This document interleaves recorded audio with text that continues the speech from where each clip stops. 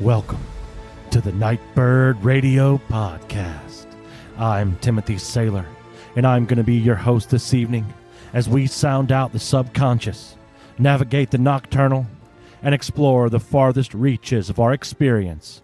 Coming at you from the back of an 86 Dodge Ram van on the rolling foothills of the Blue Ridge Mountains in the Great Forest, deep in the heart of the Kali Yuga. This is radio for the hauntological turn. And welcome back, Nightbirds. It's great to have you back. I've got a fantastic show for you this evening. I had the pleasure of speaking to Brian Wilkins. Brian is a poet, magician, Tai Chi teacher, and tarot and geomancy consultant. We spoke about exorcism, spirit contact, possession, healing, and his soon-to-be-released book, A Wheel of Small Gods, and the Oracle of Deccan's Companion Deck, both available for pre-order at Revelore Press. Brian is a really bright spirit, and I can't see how anyone could not have a great time chatting with him. I hope you enjoy the conversation as much as I did. So without further ado, let's fly. Brian Wilkins, welcome to the Nightbird Radio Podcast. How are you doing? I'm doing great. That was a good like whoosh, into the zone, you know? It was nice. I like that. I didn't do that on the last one. It's not out yet, but we just started talking. So it's going to be like total in medias res, which like I'm also a big fan of because there's three of us on it, but that's too many people. That's enough people to where I'm not going to edit it really. Like, yeah. Lots of times, depending on how long you talk or whatever's going on, there's 3 or 4 different stories, and you know what I mean. Like, and the edit, things are saved in the edit. You know what I mean, or made in the edit. I've been talking a lot recently with Jess, who is my magical partner and best friend, Jess Waters. Who, if people run into her, she's great. But we've been talking a lot about Marsha Lucas saving Star Wars. You know what I mean, with her editing, and just like. That people do not understand that, like, sure, George Lucas, blah, blah, blah. But, like, it's really the edit of that trench run that does it. And when you go back and look at it, it's brilliant. But it's all the stuff she cut out, all the stuff she added in. And, you know, similarly, I was talking to a friend the other day about how, like, history isn't made by the books you write. It's made by the books you burn. Wow. You're taking out storylines to create a consistent vision. And so it's the same thing with editing, right? Like there's a version of this that's going to be created in the space of thing. I mean, it's funny for the guests too, to some extent, because you're like, here are my hands. It's that sort of like surrender motion. You're like, you can make, do what you like. Like I can make you sound like an asshole. Oh my God, easily, so easily. I mean, I'm going to make myself sound like an asshole. You're not going to have to work too hard. But there's something Saturnian about it too, right? Yeah. The scythe. I really like the farm relations with Saturn. You know, in both that idea of Saturn as the feminine, the feminine Saturn and the old man Saturn, and then the kind of blend of like, is the old man Saturn actually to some degree also a feminine symbol? Like a sort of feminized figure. Like, I don't want to get. I like things as polarities. I don't get too hung up on the genders of planets. Right. Whatever the planet wants to be is fine with me. But that's angels are like that too, right? It's like you'll look it up and it's like, this is okay. Well, I didn't have that experience of this angel at all. Like, I often think they just kind of show us what we need in order to interface. Right. I have a particular angel that showed up when I first took the journeying course on Rune Soup. This one sort of presented as like a guide that I need to pay attention to, and I've worked with since. And when it first showed up, it was like that. It was like this. It was like a Pink Floyd cover. It was a black pyramid with rainbows running through it. And I was like, thank you. This seems good. Can we? Yeah. How do I talk to you, Black Pyramid? You know what I mean? Like I don't really know where this is going. And then it took a form that was much more, in that case, androgynous, which ended up cluing me into a whole bunch of stuff too. But it was, it was only when it realized that like I wasn't grokking whatever Black Pyramid language was that it was like, oh, okay, well, we'll do this. Yeah, let me get like into a more human it's that grimoire, like, please show up in fair and pleasing, shape. Right. And also, like, it kind of is in a language I can understand, right? Like, we say that, like, literally, so it's not just like these barbarous words or something, which is cool too. But yeah. like, I think about that for them too, like trying to communicate with nature spirits or tree or your dog in language that they understand, and like, if you're taking that animist approach, you're never going to get there. But this trying to meet in the middle is a very important act of hospitality, and has only improved my life by trying to do it. And it's like going to another country. If if you're gonna not like give them a little bit of ground too, they say that, like, if you show you're trying. The only place I have found that was not true for me France. Was France. It was France. How did you know? Do you have the same thing? No, I've never been, but I've heard that a lot. Oh man, I mean, to be fair, I was 17. I was most likely really annoying. Period. You know what I mean? And my, between my Southern accent and the bad French I had picked up and my nerves, I think it was pretty much incomprehensible. But my theory, though, is that it's actually not French people who are really upset when you do that. It's actually Americans in France pretending to be French. Oh, interesting. Yeah, and they're the ones who are actually mean and like, no. So it's like kind of the hipster quality. Exactly. It's the hipsters, it's American hipsters in France who are giving France a bad name. That's my theory. Oh, interesting. American Hipsters in France is also like a really good, sounds like a good sequel to American Werewolf in Paris. Which, I mean, that movie is kind of that anyway. It's just a lot of, it actually is kind of that. But I'm just really imagining a lot of like dudes in like some kind of like mime beret outfit trying to out French the French, carrying like a baguette in a record store, being like, I've already listened to it, like I was French before this was French. Yeah, exactly. This guy's just running around in like some fucking Frank outfit, trying to be Charlemagne. See, I knew it. I had this before, it was cool. Charlemagne references once again proving my own particular coolness in this conversation. And Charlemagne is someone I reference a lot because he's a historical figure that has like a beer gut. Like apparently he had a really big gut. And so I like to invoke him as like, well, it's cool sometimes. He's and also like one of the greatest warriors of all time, and with his beer gut. Yeah, I have a running file I keep of people who are in absolute top physical condition, but are, like top of their game, athletic, and everything else, but don't fit the Greek statue profile. Oh yeah, because I think this is actually really important. I like it. And there's a ton. I mean, we're not just talking sumos, which, by the way, those dudes are crazy ripped. Like nobody understands that. They're not. They're actually. I mean, they're double-digit body fat, but they're mostly like 19-20% body fat. They're not super big dudes. Anyone that's done like a building like a portion of time when they've built mass knows that like it. You can just get huge and be incredibly strong. It's not like you're not necessarily going to be toned.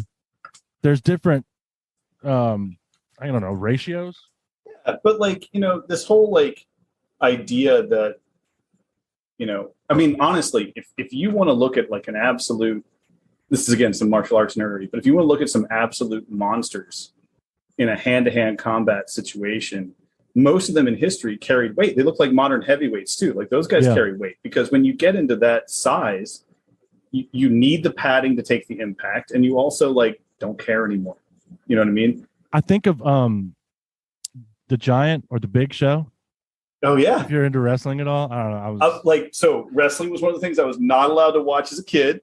Oh, so did you ever come to a point where you were like rebelled and watched wrestling? It like 2 years ago. But I've gone back. Like I've gone back because it was a weird combination of like not being allowed to watch it as a kid, then briefly being really fascinated with combat sports of various kinds, then having a come to Jesus moment about like concussions are bad. You know what I mean? Right. Like, and some of them are better than others, but so I had that whole like not allowed to watch it. Well, it isn't real. And then just recently went back and was like, oh my God, the amount of stuff they're doing to not kill each other while they're doing this is some of the highest athleticism I've ever seen. It's a really performative, like almost it's a choreographed dance, right? Well, and it's so old. You know what I mean? Like performative wrestling, like whether you go back to any of the sort of catch wrestling performances in the 20s where it's like, this is a fixed match so we can show stuff off and we're not going to kill each other for you yokels as we go around the country. Yeah, there's something really chaos magic about the idea of kayfabe. Yeah. Which is, like the keeping if for anyone that's listening that doesn't know, it's like keeping that, I'm not even going to do it justice, but keeping the storyline real around the rubes, right? So, like we go in the locker room and we're buddies, but if we're seen out in public, like keeping the rivalries, right?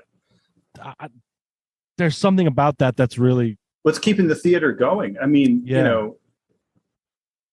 it's weird we never expect actors to do this, right? We never expect the guy playing Macbeth to be total buds with everybody else at the end of we're never mad that that's true. We're never like, oh my God, Patrick Stewart is actually friends with Ian McKellen. But with wrestlers and stuff, we do expect this personality to maintain. And so it's a very strange form of theater because of that, but it's also, particularly if you're like 10, crazy powerful. I did not get to see some of the masked wrestling stuff down in Mexico when I was there last time, but I really wanted to. And I would love to see that. I never have myself. I've seen local stuff like around here, right? In kind of like the country, rural. They do it all over. Atlanta's actually a really big like luchadors center for not luchadors, but just for wrestling in general. Oh, that's true. Because, yeah. Turner was big in that, and get those belt buckles going, man. Oh my God, he's in the turnbuckle. So you had mentioned a story that you wanted to share, and I'm really interested to hear it. I'll set it up a little bit. So I was talking to Jess a little bit about coming on the show, and she's like, what kind of a through line are you going to kind of pull for talking about magic? Because like there's so, it's funny, in the first couple shows you had out there, you were talking about like people telling real magic stories and people just like doing it. And at this point in my life, it's hard to tell what isn't a real magic story. Like, I mean, it really, I've kind of gone all the way in, you know what I mean? And and I think it's important to talk about it, but like, there's a lot. But one of the things she was talking about is that I have a tendency, and have since I was a kid, to get involved in sort of exorcist banishing type situations. Like that's just, that seems to be what comes to me. And actually for a little while there, this is more contemporary and we'll go back in time for the story. Yeah. But for a little while there, I was working with the Unitarian Universalist Church as like a youth minister kind of thing. And the pastor at the church, when I was leaving, offered to let me use her stole when I gave my like going away thing, right? Sermon. I was like, oh, you can't give me a stole like that. I'm just going to use it for exorcisms. And she was like, I don't think Unitarian Universalism has a theology that allows for exorcism. And I was like, well, that's stupid because it doesn't necessarily mean a spirit is evil if it's in the wrong place. You know what I mean? Right. If there's a tiger in your house, you want it out. The tiger isn't evil, but it doesn't belong in your house. Yeah. There's no hard feelings to it almost, like if you're doing it right. Yeah. Well, I don't know. I always have a little bit of hard feelings. Maybe. Just to sum it up, some of that good, like guttural. Yeah. I mean, I think I had another friend who's a very serious Jewish scholar and historian, and he lives a very nice, very orderly Orthodox life. Honestly, one of the most charitable and giving humans I've ever seen. Like, if you wanted an advertisement for traditional Judaism as a way to live your life, this dude is it. And he was asking me one time why I messed around with spirits and stuff, and I was like, because they're messing around with me. They're messing around with me and my people. So that sort of situation, I could see that. Yeah. So and that's, I said that, and then I think about it, and I'm like, well, actually, any like real situation where that's happened, there was definitely like some impetus for me, like getting fed up. Yeah, it's fed up. It's the sort of bouncer instinct of like, all right, you're out of here, you know, because like if they're being friendly and nice and helping everybody out, nobody's like, get out of my house. You know what I mean? It's like this lucky helper elf gives me money all the time. Like he's welcome to stay, you know? Yes. Yeah. So the story we were talking about is kind of an example of this happened to me my sophomore year of college. And I was in a really interesting relationship with this woman, and she was as close to a all the time full on clairvoyant as I've ever come across. Like she would see visions that came true constantly. And like, and you know, I'm not trying to out her about anything about this at all. You know, I won't use her name or anything because she actually, weirdly enough now, or at least last we caught up, she works as a strategist for the Republican Party, which is a wild thing to me that I know she's over there just like clairvoyantly doing stuff for the Republican Party. Oh yeah. Wow. Yeah. But she was also really religious, but she saw stuff like one time she saw this priest in her Anglican community, like in the middle of the service, a golden rope descended from heaven, circled his throat and hung him. And whoa. And she was like, you know, she's like panicked and terrified and everything. It turned out that guy actually had a whole bunch of like child abuse stuff. And like she was being given the message that this guy was evil and justice was coming. Right. So dating her was fun as a magician because she'd be like, do you see that over there? And I was like, no, because I can't see anything. I'm not gifted that way. But like I mentioned the Republican strategist thing because I want people to understand, like she is except for this, an incredibly buttoned up, normal, you know, business-like human. If you met her at a bar, you'd be like, that's an executive woman. That's it, you know. And then she'd probably be able to tell you what sins you committed in your past, which is no fun. So one night I'm just hanging out and she called me up just absolutely panicked. Just like, you know, you can hear the real terror in the voice. And she's like, there's something in my house. Can't get rid of it. Can you come over and help me? And my instinct is like, yep, okay. Like I'm going to go get rid of this thing. Yeah, hell yeah, let's roll. And so it came over there and there are circumstances where I have seen things, but for the most part, I don't see in a physical sight sense. I get a vibe. I've since learned that like certain flashes in my imagination are a useful tool to kind of like see what's going on. But at this point, too. I'm really stupid and 20 and like, can't do any of this stuff. So she's like, it's right over there in the corner. And I could not see it, but I could feel the room was wrong. And there was something coming from that corner that was wrong. And she is like against the wall, trying to hide in a corner, like end of Blair Witch terrified. And so I start asking her to describe what she sees because I'm trying to get a sense of like what's going on. And what she describes is a classical fairy. It's the puka. She describes a puka in the house. And I was like, where did you get a puka? Which is not a question that like you need to ask somebody who's really freaking out about the thing that's in their house. You know what I mean? Like they don't really care. There's a time for that. Yeah. The post-game analysis is something that should have happened. But like I said, she was really Anglican. And so she had a Book of Common Prayer around.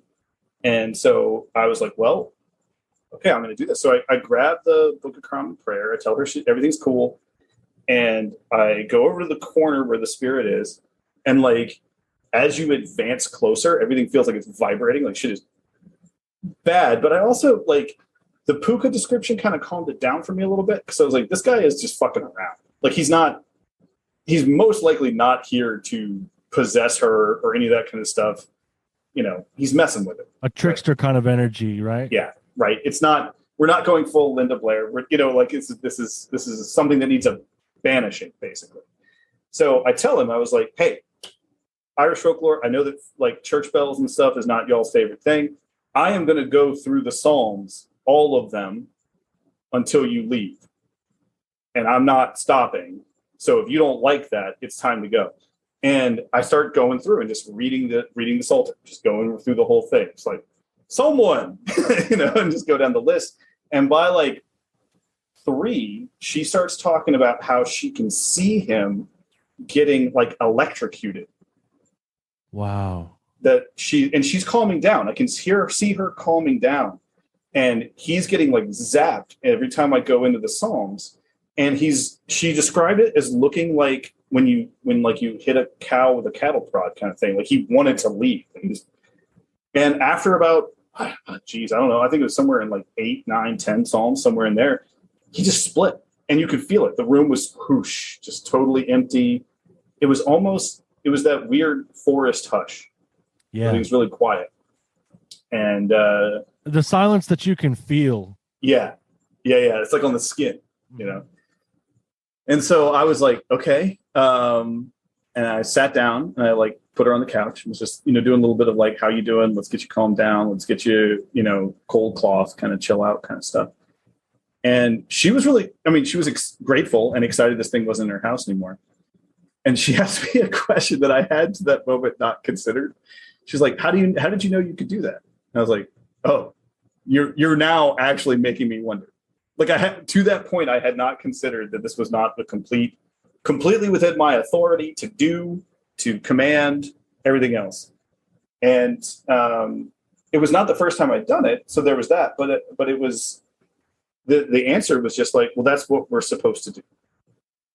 Yeah, I think that's a very human gift. I think there is something about, it's that sort of like less than God, higher than the angels, power of naming, this weird interface we have, the sort of amphibian quality, right? Where we're in dream or spirit and also here. Yeah, I like that.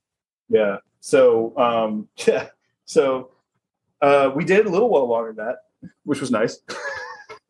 I was glad the relationship survived because I wasn't sure that was actually going to happen either, Right. Yeah. But we didn't talk about it a lot after that. It was another case where this was so much a part of her life that it was also normal for her, right? Like this was an extreme thing where something came in her house that she didn't like. But again, it was as if she had asked me to come and take a dog out of her house that got in there that she didn't know. It wasn't earth shattering for her. It was just, she already lived in a magical universe full time. And so was it earth shattering for you? No. You said it wasn't your first time too. No, not my first time. So you want to go into that a little at all? Yeah. So what I will say this, it was probably the first time I got out like book and candle kind of like, Yeah. Hell yeah. Did it high churchy. But it was not my first encounter with a weird spirit that I told to fuck off. There are little moments. It's funny. I don't know if you've had this problem looking back on magical history, but like, this is why keeping that magical journal is a real serious thing. Because after a little while, you're like, oh shit, I know I did a thing when I was 6, Yeah. So there's so much that comes and it still is happening because I'm still pretty new. Like, I think I mentioned this in our conversation with Lindsay. I've been doing this for maybe I say I've been doing this for like 3 years, but really like I've been doing my whole life in some form or fashion, right? That's the thing, is that there's really more that comes up the more I look, and it's not like these memories are popping out of nowhere, but it's more they're being put in a different context. And it's also that same thing. Like if I'm not having a conversation with you about, fights I got into when I was 16, I'm not thinking about it all the time. You know what I mean? It's just, it's there. It just got to get dredged up. One of the most amazing things I ever got to do this. So I always did magic stuff. I always did weird, and we can go back to some of that, but like the period from 18 to 20 was really when stuff like full on kicked on for me. And I had a couple key experiences in that time period where it's kind of like I got a kind of not like initiation into a tradition, but like had a near death experience, had some weird travel, got exposed to some stuff that kind of turned on. Definitely an initiation, a spirit initiation, right? Like, I think that's totally a thing and I think that the lack of that in our society causes spirit to kick that up a little bit more. You know what I mean? And we can go into that, but continue your story. No, I think you're totally right, by the way. And I think, if we were giving every 16-year-old a heroic dose of mushrooms and sitting in ceremony with them and telling them about stuff, we wouldn't have these dramatic, it would be a lot smoother. Yeah, because when it happens spontaneously, it's almost a little more dangerous. Like, because I see my experience with drug addiction as sort of a spontaneous one. It's like, what? And I guess, it's initiation should never be quite safe because that's initiation, but it can be very dangerous. There are guardrails, that you can put on to help people, or just even having support, which I think that to me is the thing we lack the most. Is like we don't I think it's actually weirdly better. I hope it's better right now for like 19-year-olds coming into this. There's at least witch talk, you know what I mean? Yeah, for sure. There's that. At least, there are so many negative things you can say about the internet, but like we wouldn't be having this conversation. No. If it weren't, like, I wouldn't know you if it weren't. Well, and like 2000, like when this is happening in the 2000s, like I didn't know anybody to talk to, and also coming from a Christian background and trying to figure this stuff out, those doors were closed, man. Like I didn't. Yeah, you can barely even ask. Yeah. Took me a long time to get free of that. So summer 2001, I went to Bosnia to teach English at an NGO there that was working with kids who'd been affected by the war or had been in refugee camps or whatever. And what it really was English became a way for them to put their traumatic experiences into a different language, right? So to sort of separate it and a way to do summer camp, and like get kids doing stuff. And it was great. And I adore Bosnia. I adore the Balkans. I will hardly tell anybody, nicest people I've ever come across. If you have travel dollars, go to Croatia, go to Dubrovnik. It's beautiful, So, and I was treated with nothing but amazing hospitality the entire time I was there. This one trip, they decided to take us around to this Franciscan monastery that was famous in some way, but I got while they were explaining on the way up there, I got crazy car sick. Like, it's just these mountain pass roads and like an old Yugo, and I'm like laying down on the floor because there's 10 of us in the thing, and I don't do that anyway. So I was like out of it. I was in sort of a weird fugue state by the time we got there. And there had been one side or another had done some atrocities in that town. Maybe all sides at some point or another in that particular thing. Sure. And I remember first that like the statue of St. Francis had been executed. Oh, right? Man. They had heavy. Yeah, it was intense. And it was still it was a copper bronze kind of statue, and it was riddled with bullet holes when you were there. So it was a really strange place, but it had also served as a kind of sanctuary for a lot of people on a lot of different sides. So we're going around and we're getting the history of the place, and we're looking at the artwork that survived and all this different stuff.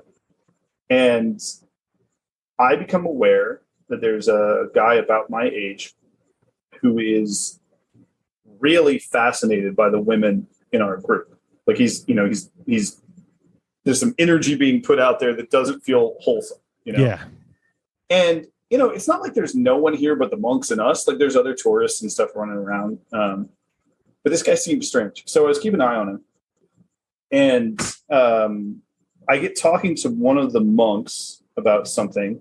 And I look back, and this guy has cornered one of the girls in our group and kind of cut her out from the group, and is doing that like hand on the wall, keeping her in place kind of thing. Oh yeah. And I was like, that's not happening today. No, thank you. Right. Yeah. So I just go over and ask her how she's doing and start talking to him, just kind of break that up. And she moved behind me, and he didn't like that. And so he starts very aggressively coming into my space.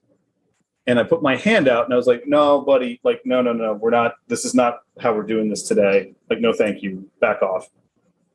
And he starts laughing. And like, that's fine. I've been in situations where that's normal.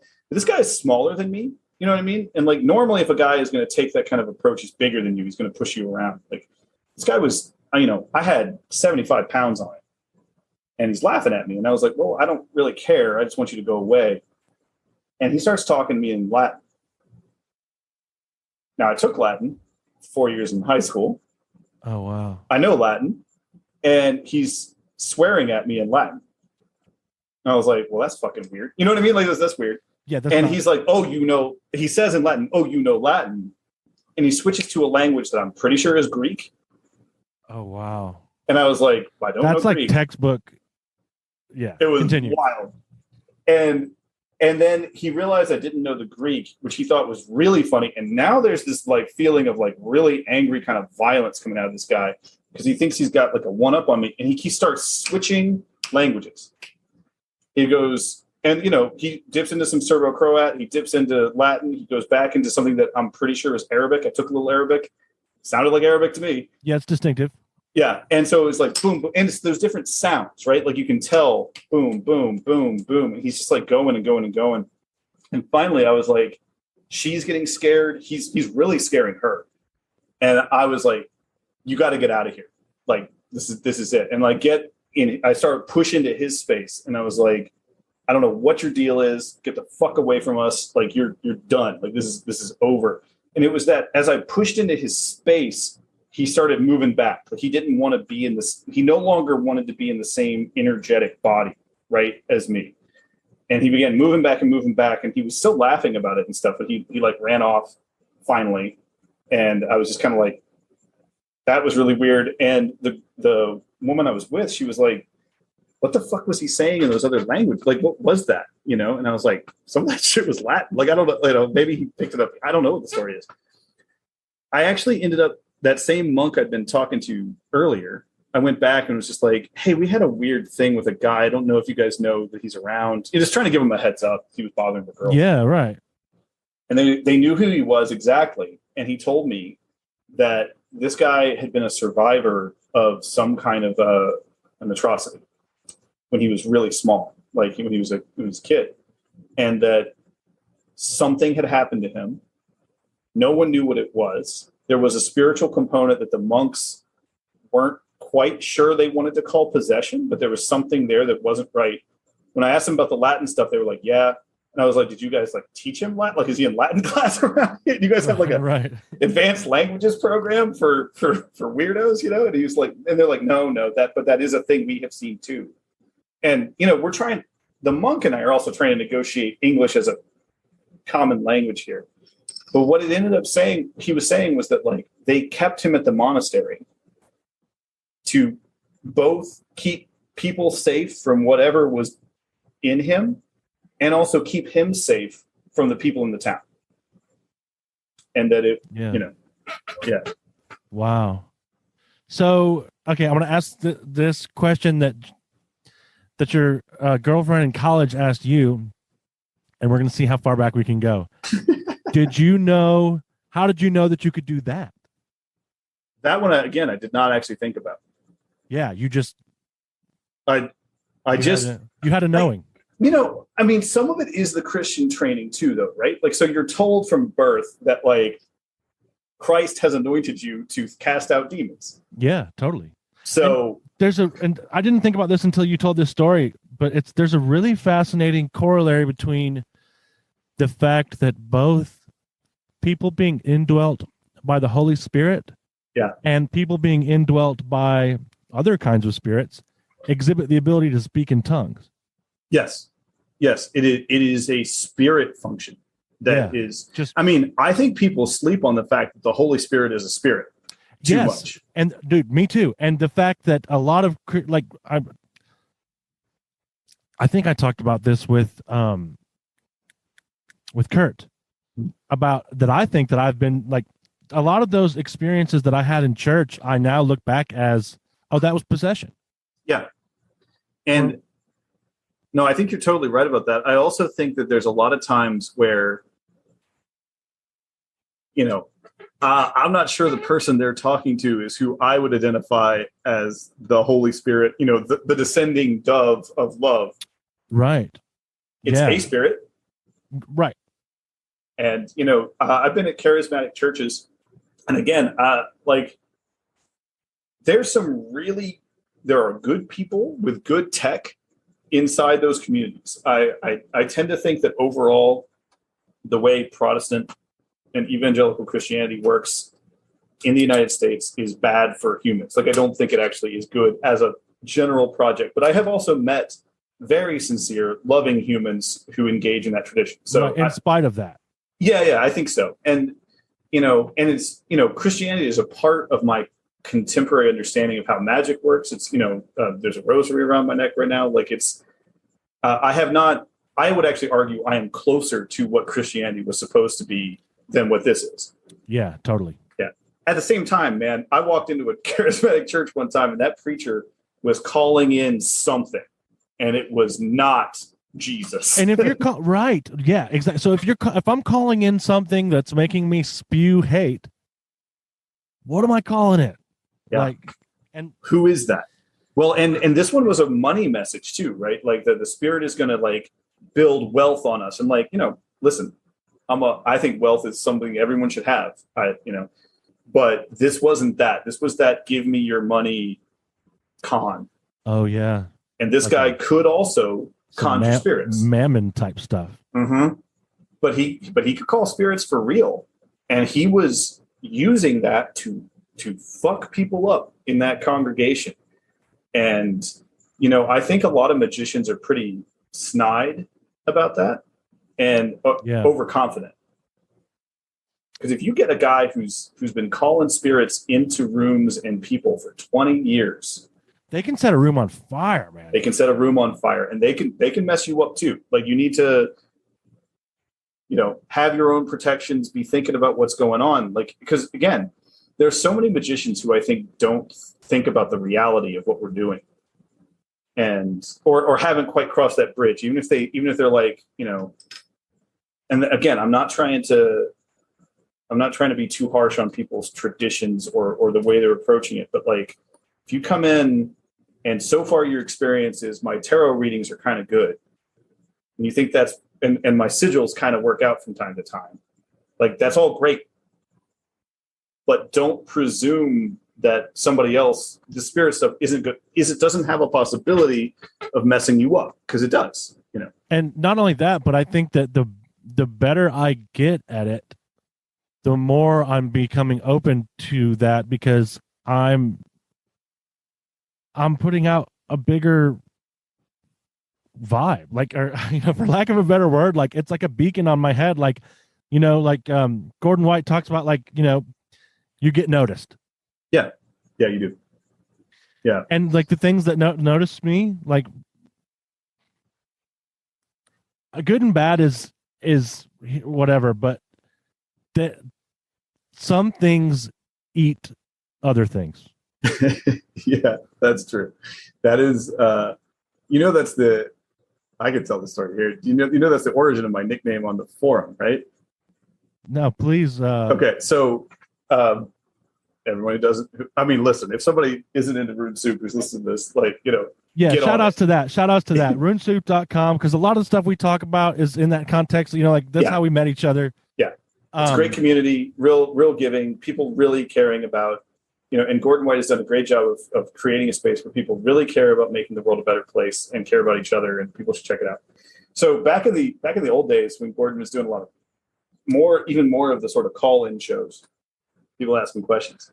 I had a really intense dream experience where I met an Egyptian god. And like by met, I mean, I had a lucid dream in which it showed me things I did not know otherwise, that I then checked and found out were true. And it was this really interesting experience because it showed up, and it was that beacon thing you're talking about, where apparently I had just kind of turned on the beacon and it was just coming by to see what's up. And it liked some of the responses I gave it in the dream, so it returned some knowledge to me, basically, that was useful to me. And a couple passes into certain spirit stuff. And so this was so intense that I actually wrote into Gordon, was like, do I just worship this Egyptian god now? Like, is that what happens next? Like, I don't like, what's the protocol? Do I need to, like, it gave me something useful. I didn't ask for it, but it did give it to me. Do I need to do like an offering? Do I need to do, you know, how do I do this? And Gordon wrote back, or said, he's like, you don't know how delicious you are to them. That, like, and that's my nickname on the forum is Delicious Brian or DB. Oh, that's DB, Delicious Brian. Oh, yeah, cool. that's I love where it it. comes from. And when people know the delicious part, they often are like, oh, it's because you're like sweet tempered or whatever. Like, no, it's because I'm a dumbass who puts my head in the lion's mouth. Like, oh man, that's great though. That's a great way to get headless. Yeah, it would have been a dramatic event. And but also Gordon was right. And I think it's a really nice thing to understand too. I have had ongoing casual or friendly relationships with that particular spirit since then that have proved very fruitful and useful, but it has never asked me for a pact. It has never asked me to be a devotee, and I have never offered. And I think sometimes there's this idea, and I think Christianity kind of pushes this on you too, that you're like, you get used to the mode of worship or devotion. Yes, that's a really good point. And it's like, that's not actually the only way to interact with things. And maybe it's often not the healthiest way to interact. And I will say this, at least I can only speak from my personal experience, but it's really interesting that you bring that up because I had the same sort of experience with Odin. And like, if you listen to this podcast, you know my story with that. I'm not going to go back into it, but there was a time at the beginning where I was like, all right, so like, is this my religion now? Right. And I actually just asked Odin. Right. And he said, do what you want, but there is no religion. Right. And in that context, for me, that meant something personal. That was personal, right? Not to say that you should never have a religion, but and so it turned out where that was kind of a situation where it's like, I don't even really want, like, he is not a bower or a scraper and wouldn't really want that of me. Yeah. Odin's an interesting figure because I've had moments of intersection. And in each case, it's been good for me to hold back and try to meet on equal terms. I've never had the like full on door knock that I know a bunch of people get, but have had some cross paths. And he's a mover and a shaker, so he's around. Yeah, and I got some great advice on this from my friend Joanna Farrar, that like not every relationship needs to be a marriage. You know what I mean? Like you could just know a guy at the bar casually and you're kind of friendly with each other, and you just occasionally you give each other a little advice, or maybe you help him move a couch, but that's about it, Yeah. And you can build trust over time or not, depending on how you want to play stuff. And that's very wise. And I have benefited. By the way, I was on this kick in Austin where I was listening to Marissa and Joanna talk about something, and they were, these two fantastic Rude Soup, which is just laying out some like real smart stuff. And the guy sort of interrupted them to ask them a question that was dumb about himself. You know what I mean? And then when they were gracious enough to try to answer him, he answered his phone. He like pulled up his phone to look at text in the middle of what they were saying. Yeah. And my message for my male-bodied fellows is maybe the secret to magic is shutting up and listening to some ladies talk. Like you could, learn a lot, maybe. Yeah, that's who the Nephilim taught their shit to. Right? Yeah. Well, yeah, we were talking about that the other day, actually. Yeah, different ways to approach angels. I mean, and maybe listening and trying to see what people want a little bit is worthwhile. But to get back to like, there are figures. I don't think that there's no room for devotion. There are. I would say I am devoted to Our Lady. And like that is a relationship in which trust has been built, and in the same way that you can become devoted to a loved one, where like I want to bring flowers to her altar. You know what I mean? Like I want to sit and listen and pay attention, and I want to do regular prayers, and I want to have this relationship. I think that just not everyone, as in life, not everyone is deserving of your devotion or properly suited for you to be devoted to, or isn't necessarily interested in it. That's true too. There are a fair amount that like there. I think there's like a class of spirits that you might gel with. So like, for instance, the Egyptian, I'm not going to name him in this case, but the Egyptian god in question was involved in a bunch of exorcism stuff. And so, there's a bunch of sort of exorcisty, magician-y spirits that if I run into them tend to give me a nod, like, oh, you're in our camp, right? Cool. Yeah. And it's like a lineage thing almost, right? Like, yeah, it's like a lineage. And like it's it's one of those, like, I see you, you're one of our folks, and hey, how's it going? So, and I think that happens to people a lot. I know a lot of people who spend a lot of time doing healing magic who feel really drawn to Raphael, and like they'll often feel that maybe even before they fully realize that healing magic is something they're going to really spend a lot of time with. And it's that thing of like, time is weird for spirits, time is weird for us, the realm is weird. Like, how long how long was Saint Cyprian a part of my life before I formally met Saint Cyprian? Like, I don't know. Yeah, that's a cool question to consider. Because I mean, I don't want to use the term groomed. It has negative connotations, but like how long was Saint Cyprian teaching me before I was ready to come to a place where I could actually hear what he was trying to say, Yeah.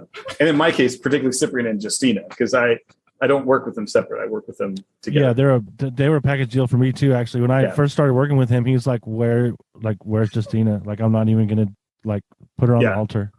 I think, and for folks who do work them on their own, work him on his own, like, it's cool. I find, for me, I don't have the connections to that kind of ATR diaspora Saint Cyprian. Like, it's not the same. And when I tried making contacts there, it didn't work. But like you said, like with Justina in place and her and my proper devotion in that case too, in the sense of like, when you have really good teachers, you become devoted to them, Yeah, and I become devoted to, like, okay, so it's interesting too, because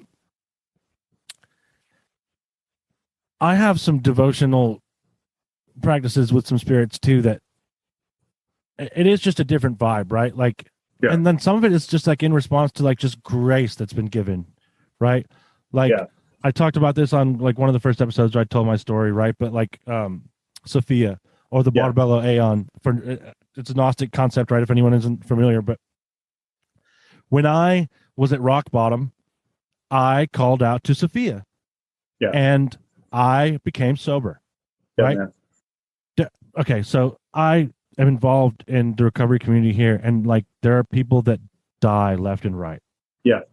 And so I understand that like that grace that I was given is so precious and so amazing. And I'm like, I don't even like why, like my life is now like becoming worthy of it. Right. Yeah. And so that has birthed like this devotional practice that when I pray to Sophia or to Barbello, or, it's the Father, the Mother, and the Child really all in one combo. Right. I just like sing to her, like I just I can only just reflect the light that I've been given. That's really beautiful. It's really beautiful. And the way you talk about it too, there, the Father, Mother, Child combination, that emanation that is so full in that way, is a beautiful spirit to encounter. And, this is why I know that some people have a harder time with some of the Jesus stuff too, but I'm like, if you have experienced the thing you're talking about, that real grace through the presence, or teaching of Christ, like, of course you're going to have that same response. You know what I mean? And I think Christ is one of the grace-giving spirits. And, for me, Mary formed that same position at a time that was very tough in my life. I was going through a divorce and, all kinds of tough stuff, and really trying, and some of that, not all of it, was entangled in, is magic real? And is magic my way of doing things? And so, having Mary come in at that point, and speak with me with the same kind of thing you're talking about, offering the grace of how to get through this and the grace of how to move forward and how to maintain your dignity and spirit and love and not become embittered, not become lost. Yeah. It's you cannot replace that experience. And it's a gift, and it's out. I mean, some version of it I think is out there for every person. Right. Yes. And if you don't vibe with Jesus, then that's cool. You know what I mean? Man. Like, it's like, well, it's totally, like I say, raised up in the church. I actually think I'm kind of down for Jesus as the revolutionary prophet. Yeah, I'm Gnostic revealer. I'm all about it, Yeah. But I definitely believe that the Christ is just a spirit that goes around possessing people. I do too. That sort of adoptionist idea makes way more sense to me. And, it's the Jesus of Nazareth, not the last adopted person by the Christ Spirit. Right, and not the first. No, not the first, not the last, and thankfully that's great. But it's interesting that Spirit doesn't speak to me in terms of grace in the same way that Mary does, and Our Lady for me is not at all. Go ahead. Yeah, I was to say Our Lady for me is much closer to Sophia. There's a lot of crossover there. Oh, they're tight. It's hard. It's hard to distinguish. I was coming across something when I was writing. I was writing about Gabriel, a poem about Gabriel for the book, and I came across this thing that was oh boy, it's a word in Turkish that I'm gonna get really wrong. It's like Gola Biliki Toll, but it's this. I will explain it. It's Abraham's Pool is the translation. It's this place now in Turkey where there's a temple that's been there forever, and it's a reflecting pool that is full of sacred fish, and the symbol of the goddess who runs it is the dove, and it reflects the stars so that the fish appear to be swimming through the stars at night. Oh, wow. That's beautiful. It's beautiful. And I had this image that this is what Gabriel was bringing. And, why is the cup and the dove and the fish, all these Christian symbols, and they're also the symbols of Adagartus, the spirit in question here, right? Who's the sort of Astarte relative. It's because it speaks to something older and deeper that is, of which Christianity is an expression, right? Right. And so it's finding the beauty in that beauty there, that grace, that forgiveness, that offering. I think the problem is, Protestants forget the mother. Yeah. And you can't have it without the mother. I don't think it exists without her. I don't think so either. And I think really bad, obviously, shit can come out of that, right? Yes. I mean, yes. And there's a reason that it's the Trinity, and the reason I like the Father, the Mother, and the Child, it's the more the Sethian approach to it, is because it's like that fundamental unit of humanity. There's I don't know, there's something right, Father, Son, and Holy Spirit, it has taken the female out of it. Yeah. That was one of my first Well, there's steps. a Father, and then there's a Son, and then there's this other thing. Dude. Other thing, man. You mean like a woman? Yeah. No. Oh God, please don't mention women. Yeah. No, that was one of my first steps in the step two, because it was sort of heretical Christian magician, you know what I mean? And then what's really funny now is finding out about Coptic Christianity, where those guys have just been doing magic for 6,000, or Ethiopian Christianity, where they always did magic. I was like, where were you guys? Yeah, right. Well, they were chilling out, hiding, doing magic because they knew they were doing real Christianity. I was in some weird split off, and they were where were you? Yeah, exactly. And not to be harsh too, because I will say my dad's a minister, and has a very mystical and beautiful form of Christianity that he, and it's, I actually laugh. It's the worst for him, because I think embodying his lessons is what got me here. It's not really a rebellion so much as a continuation. Oh yeah, cool. Which is really frustrating for him, because he's wait, how did you get from this to Marian worship and tarot cards? But at the same time, when I was having my hard time, I went to go visit my folks. I had forgotten my rosary, and at the time I was doing daily rosary practice to stay in place, to keep coherence. And so he went to the local Catholic church, picked me up a rosary. You know what I mean? So he's always been very open and helpful in my own path, and but yeah, we have fights about. He's one of those guys. Hopefully spirited discussions though too, right? Yeah, we get into it. We and I think in his case, he probably would say there's a feminine energy to the Holy Spirit. He just doesn't think about it very much. You know what I mean? Like for him, it's a very like get the people bread, build a house, kind of religion. And man. I did not expect today to talk a lot about Jesus, but that's how it goes. It's how it goes too. It's actually funny because again, the episode that I just recorded on Friday that isn't out yet, it was like three of us, and there was somewhere a joke in there because you get three magicians of any background together and they end up arguing about Jesus because that's how it ended. The nature of Jesus. You can't the other thing is like Jesus as a magician. Which, by the way, that's I never read that book. To me, I never read that book. Is it good? Which? There's like a book, Jesus the Magician. I didn't read it either. Okay, good. Well, we'll say it's fine, and hopefully not super problematic in any way. I just have a UPG of Yeah. Jesus basically being a spell that was conducted by multiple magicians over a period of time, probably, that used mythopoetic forces to like embed this archetype in a person. Right. Yeah. There is a very, again, chaos magic-y kind of, you can see it. You know what I mean? You can see this as a read. I'm not sure. I wonder sometimes if it was more of a sense of like, some of my stuff, I wonder about Mary as a priestess of this other Atagardis, whatever you want to call it, faith. And then the idea of like someone choosing, think about that for a second. Someone choosing to be the Christ, like volunteering in a way to say like, this needs to happen. I'll do it, Right. And getting just indwelt by something. Right. I mean, and you think about that though, like in that's kind of the Steinerian take on it too, but go ahead. Oh man, I'm gonna be honest. Like I've tried to read Steiner so many times. He can be so difficult to penetrate. I honestly picked up a book and was reading it and I was like, that's all right.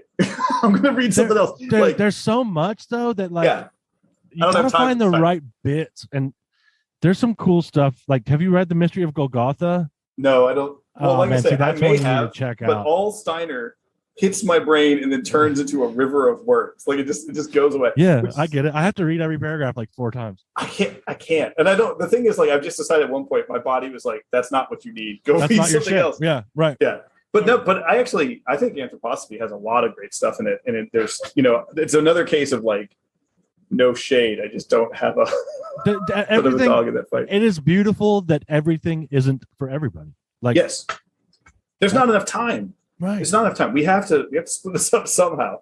And, there are certain spirits that speak to us. There are certain traditions that speak to us. There are certain practices that speak to every person differently, right? Like that's for sure. Yeah. So I wanted to go. There was something that you said that made me. I'm losing it. One of the funniest things, by the way, of like doing the intention group for a long time and like kind of basically doing a weekly show, you know what I mean? Like trying to get people going on that. Yeah. Is that I half the time do not know what I'm saying. Like I say all kinds of shit. And that's why I'm here too. I don't really prepare. I'm just like, Spirit will move. Yeah, exactly. And which I think is actually really great in its own way. But every now and again, someone will be like, you said this thing 2 years ago. And I'm like, I probably did. I have certain metaphors and certain jokes that I think I repeat like over and over again. Like I used to get made fun of a lot when I was training people because I was a restaurant manager for a long time, and I would train bartenders, and they'd be like, they would just repeat the shit to me and like that I was about to say because I had told it to them 5 times. I'm like, okay, you got me.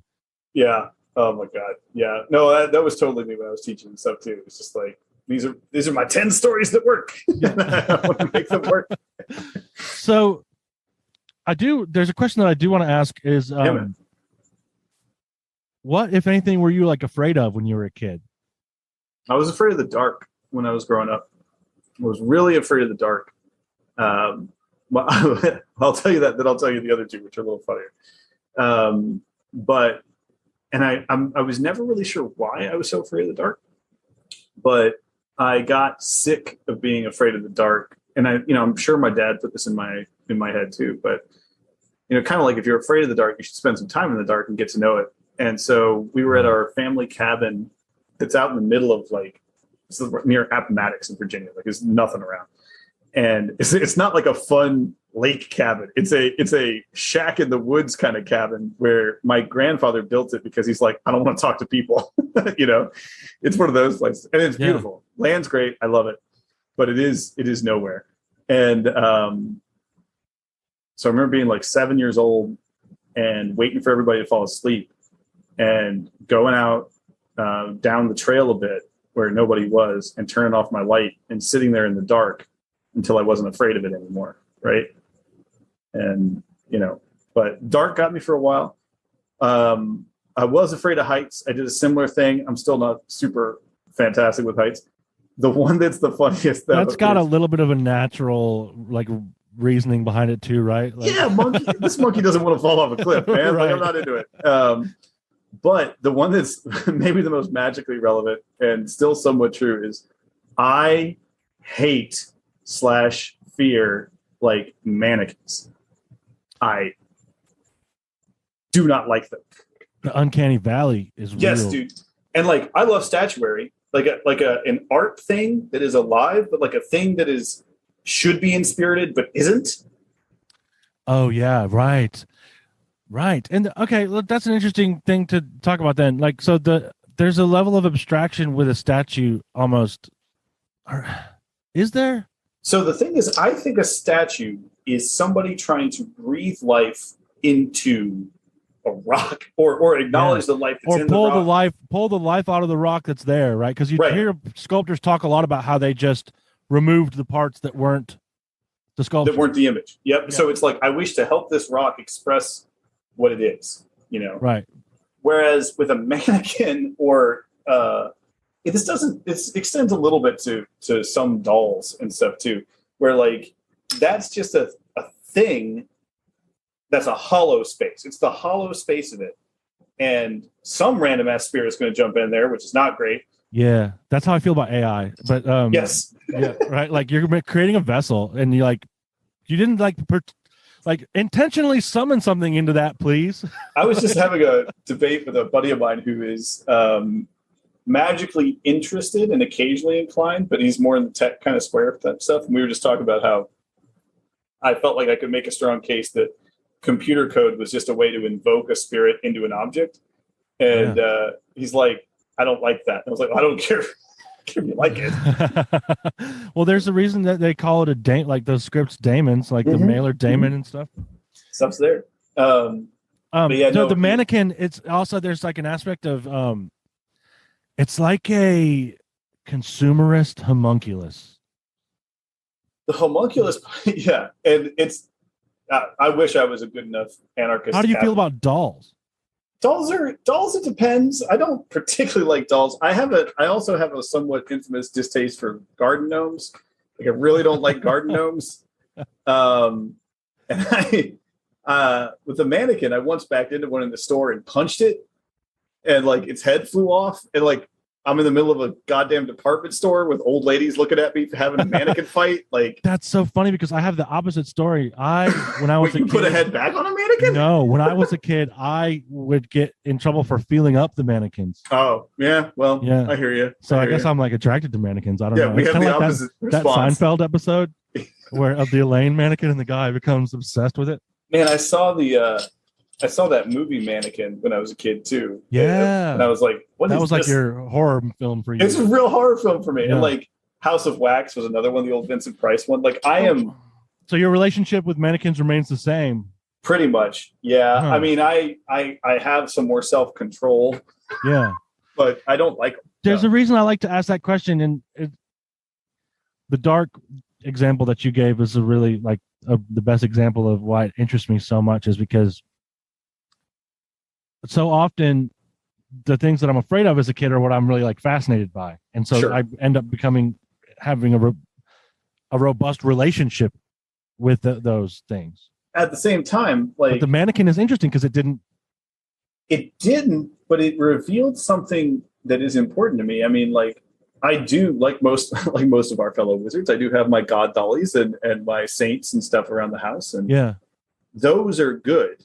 it's almost like my brain has a real like dualist opinion about statuary. Well, I think the idea that it wasn't ever intentionally inspirited is an interesting route to, or like a thread to pull on in that, right? Like it's almost an abomination is such a like a dramatic word, but like kind of. Listen, man, like if it's late enough at night, it's a word I will use to describe this sort of situation. Yeah. Like I got just right here, I got my little Hote fella hanging out. You know what I mean? Right. And I love this dude. Like I will rub his belly and hang out with him all day long. This guy is my guy. We are friends. And meanwhile, like you put a lawn gnome in that same spot, and I'm like, I might have to break it. Well, you might have I wonder if you have some kind of an ancestral or past life encounter with a gnome that might be like a reason. I wonder if that. You know what's interesting is that I don't think this is in any way. I think this is pretty public. Like that Dr. Al has. I did his geomancy stuff. I do geomancy all the time. Geomancy. Dr. Al Collins. Yeah, and he uses often as a sort of opener the prayer of the gnomes, like that the as a way to enter into that space, and the earth spirits connect to it. And weirdly enough, like that actually felt like remediation when I was, because for a while I would say that before every reading. I've kind of changed my procedure now, but like there's something about getting in touch with the spirits of the earth and the givers of good things and the givers of silver and this tradition that did remediate a lot of that in a, like if I were to encounter a spirit gnome, I would feel less bothered by it. Like, yeah. Okay. Then the actual like statuary itself. Yes. Maybe it's another sense of that where it's like, I don't know. It just gets me thinking because it has kind of a similarity to a mannequin in a way where it's like sort of ornamental, but in a sort of shallow way a lot of the time, or I don't know. Yeah. I mean, listen, I think we all have our issues. Totally. Right. I'm just trying to dive into yours right now. Pardon me if I. Yeah, it's funny stuff, man. And like, I think part of it for me is I have realized that over the years there is a sort of like not nervousness, but like your alarm bells kind of go off when people don't have their house in order when it comes to spirit stuff. Like if you go to a place where like, actually, I was just talking to my brother about this. So my mom, they moved, downsized, everything else. And she really wanted me to take this rocking chair that was mine when I was a toddler. And I'm like, I don't have a toddler in my life right now. I don't live in a large apartment. And I don't really have a space for this chair. My son's older and I'm not likely to get another toddler around anytime soon, And my brother was laughing. He's like, that is maybe the world's worst vibe. Is you walk into what is clearly like just an adult dude's house, and there's an empty toddler chair in the corner. Like, yeah, that's horror movie shit. Yeah, exactly. And so we were laughing about like putting a doll in it. Like, if you're gonna do that, you have to go full horror movie. There has to be some kind of like terrifying 19th century doll in it. Okay, that's interesting that you say that because there is like, okay, I used to have this. This is kind of funny. It was a Princess Leia in the bikini. Sure. Cardboard cutout. Okay. Which is like totally dope, right? Right. Like just everything about it is like, all right, I'm okay with this. Right. Sure. But when I would catch it out of the corner of my eye, or when people would walk in the house and see it out of the corner of their eye, or it would be like in the window at a weird angle, there was like sort of a knee-jerk, visceral fear response, like a shadow person. Have you ever had one of those? Oh yeah, dude. Yeah. Actually, I think that was some of the really early stuff for me. It like happened a lot when I was or I remember it a lot when I was like 13, 14, started happening. And I was just like, at some point I was just like, well, that's a thing that happens. I just see this shit out of the corner of my eye. That's fine. Yeah. Yeah. So I actually have a wonder, like, I think my brother was actually kind of onto something. There are circumstances we arrange that spirit will fill.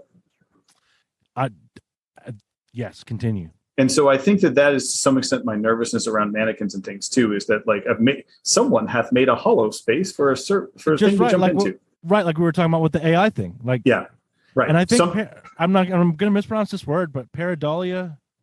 Pareidolia, yeah, where you see the like that, I looked at Mars and I see a face. You know? Yeah, I think that is a similar example, and I've had this conversation with my good friend who's actually the guy that introduced me to Rune Soup. But yeah, where like, so that's kind of a similar example where like it's able to be populated, like it's an area of almost ambiguity. I don't know if that's the right word, but that ability to be populated by something, it's there with that too. So, this is a weird tangent. And it's kind of gross. So if people aren't into gross body stuff, you might want to skip whatever's going up here for a little bit. But I came across a theory of magic when I was in grad school, where they were just talking about, because I was trying to steal this for poetry, which is why I came across it. But the idea of the uncanny creating a magical effect by itself, right?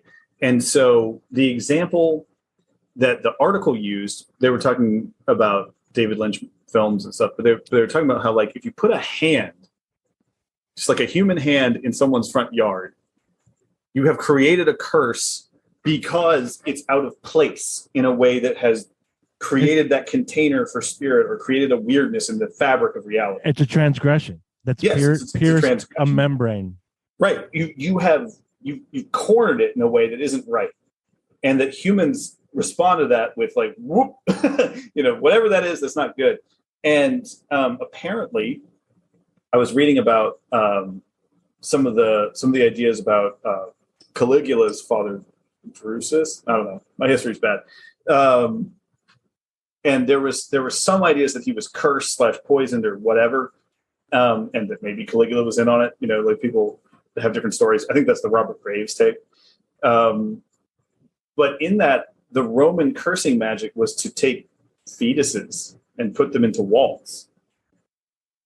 Yeah. Wow. They would do shit like that all the time. And so, like, it is, again, a place of life that has been taken and moved and done this other thing to, and it creates an uncanny moment where, particularly bad things seem to come in, right? I actually think this is the opposite side of wonder. So that, like, when you generate an artistic structure that allows for wonder to be created, then you're talking about blessing magic or the beatific in some sense. And again, but it's the same technique, right? If you're praying in your room by yourself and you smell roses, that's the wonderful, that's grace. You feel it in you, right? Oh man, yeah, I like that a lot. So, and awe kind of works for that too, because it can be either or, right? Like awful and terrible. Yeah. But both right. Is my experience of awe, actually. Yeah. So that's cool. That's a very Lovecraftian. I don't know why it made me think of that. A lot of things make me think of Lovecraft, but just like total awe and terror, like tentacles. I don't know. I'm going off on a tangent to myself. No, it's fine. I was just watching Stranger Things. That's all this season. But so that's cool. Okay, so that you mentioned poetry, so that gives us a good through line to talk about your book. Oh yeah. A Wheel of Small Gods, which I think it's great. I'm loving it. Oh, good. I'm glad you're getting really enjoying the book. Yeah. So you want to give the audience a little bit of a spiel on that? Yeah, A Wheel of Small Gods is it's something that again, gratitude to Gordon White, because this came out of the Rune Soup membership's ritual engagement with the 36 decans of spirits of the 36 decans of the Egyptian zodiac. And I don't go into details about that particular ritual. Like, again, that's one of those sign up and see. But it was a way to engage with these spirits.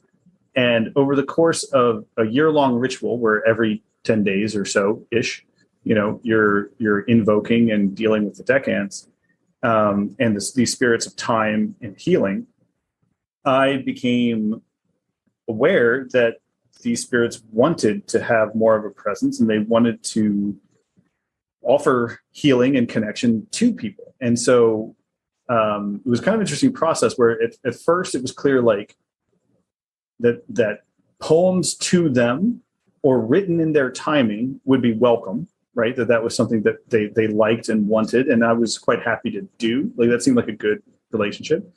And then as I did that, I started realizing that they could be used for magical healing. And so I did several operations to help people out, and get into some of those if you like, but they worked. And so this book is an attempt to not recreate, but follow the same, again, Gordon ways of thinking, right? And see if you can work with these spirits in a more open-ended way. So it's poems and images done by my friend Brennan Reese, fantastic artist. And the idea being that you can engage through the image and the incantation, basically, with the spirit, except they're not incantations. The poetry is not like, now I bind these, or yes, Yeah, they're poems, which I thought was really cool. I was like, when I'm reading it, I'm like, this is allowed to exist? This is fucking great. That was actually one of the things that I got angry at poetry. I get angry at poetry frequently.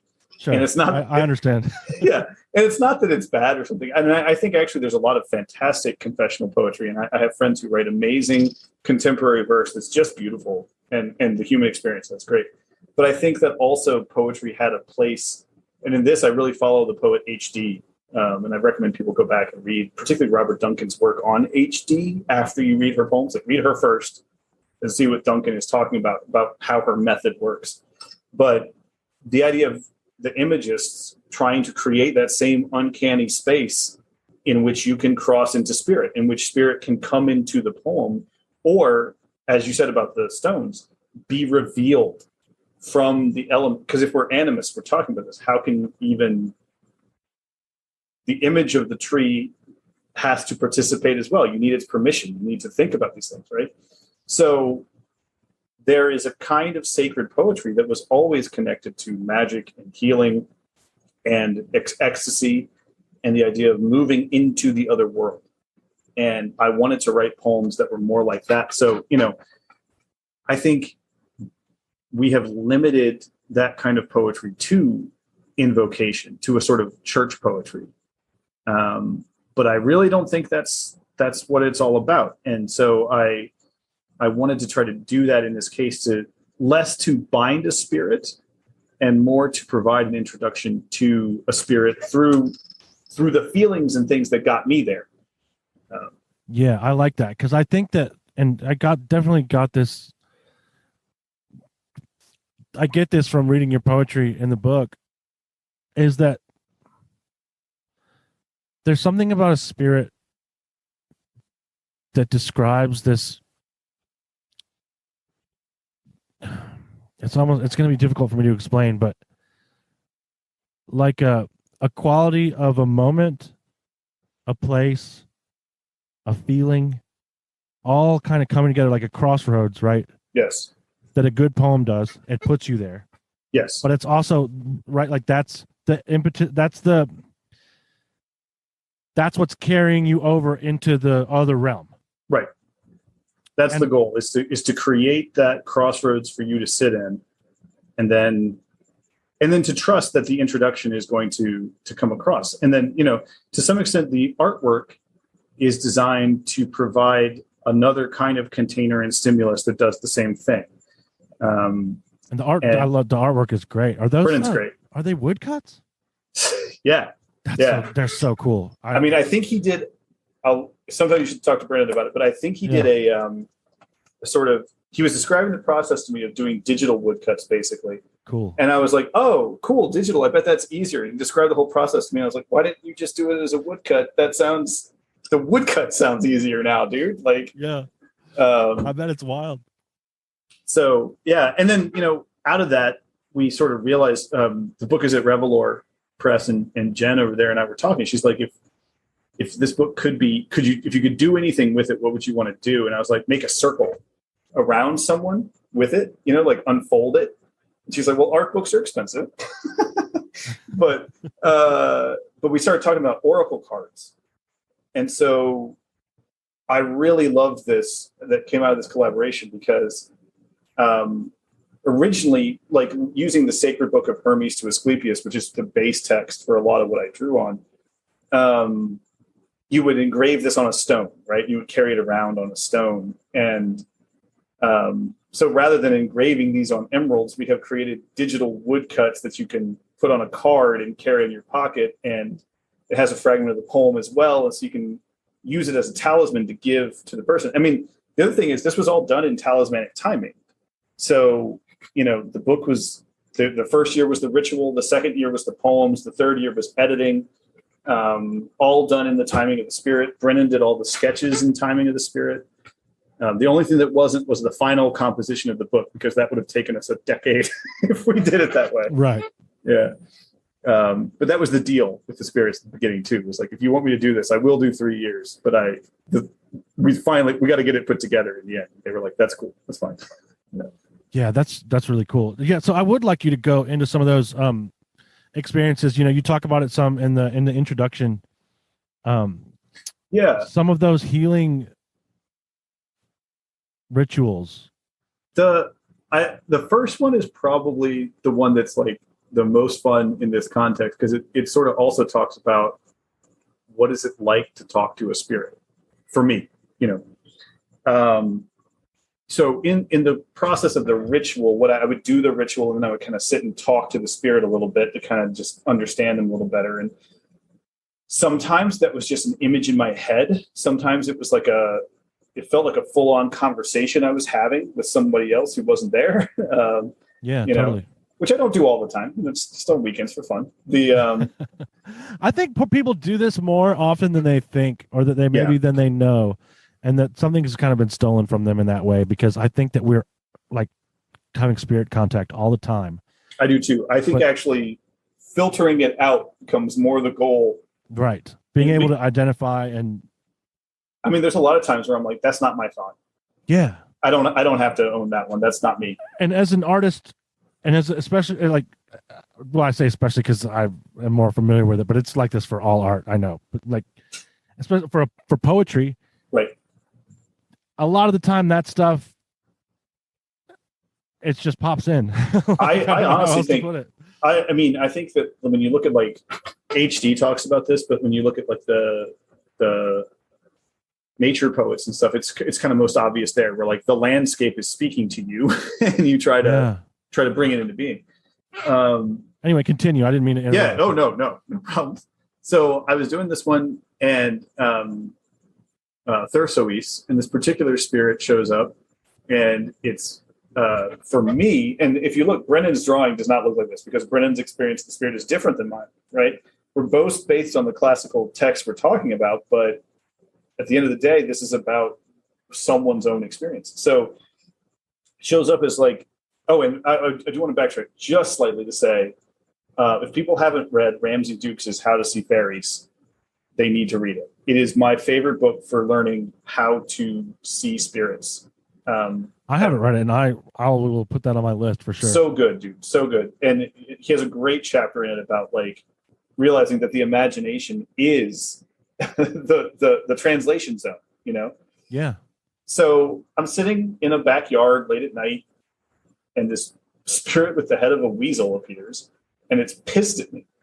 And I'm like, what the fuck is that? Like, and again, it's one of those like, I don't know, maybe some people like to have angry spirits, their imagination. That's not really my vibe. I'd love it if everybody was like, you're the best, Brian. It's so good to meet you. Right. Like you're going to come in here to my imaginal and just yell at me? Yeah, which is what he was doing. He was really pissed. And he kept talking about, I had a really bad broken toe when I was like 17, 18. I was at a karate tournament, and I hit a knee the wrong way, and it drove it back into my foot, and it was a big mess. Also, one of my favorite things ever, because I watched a couple like super tough black belt dudes like go throw up after they saw what happened to my toe. Oh, nice. Yeah. I was like, sorry, guys.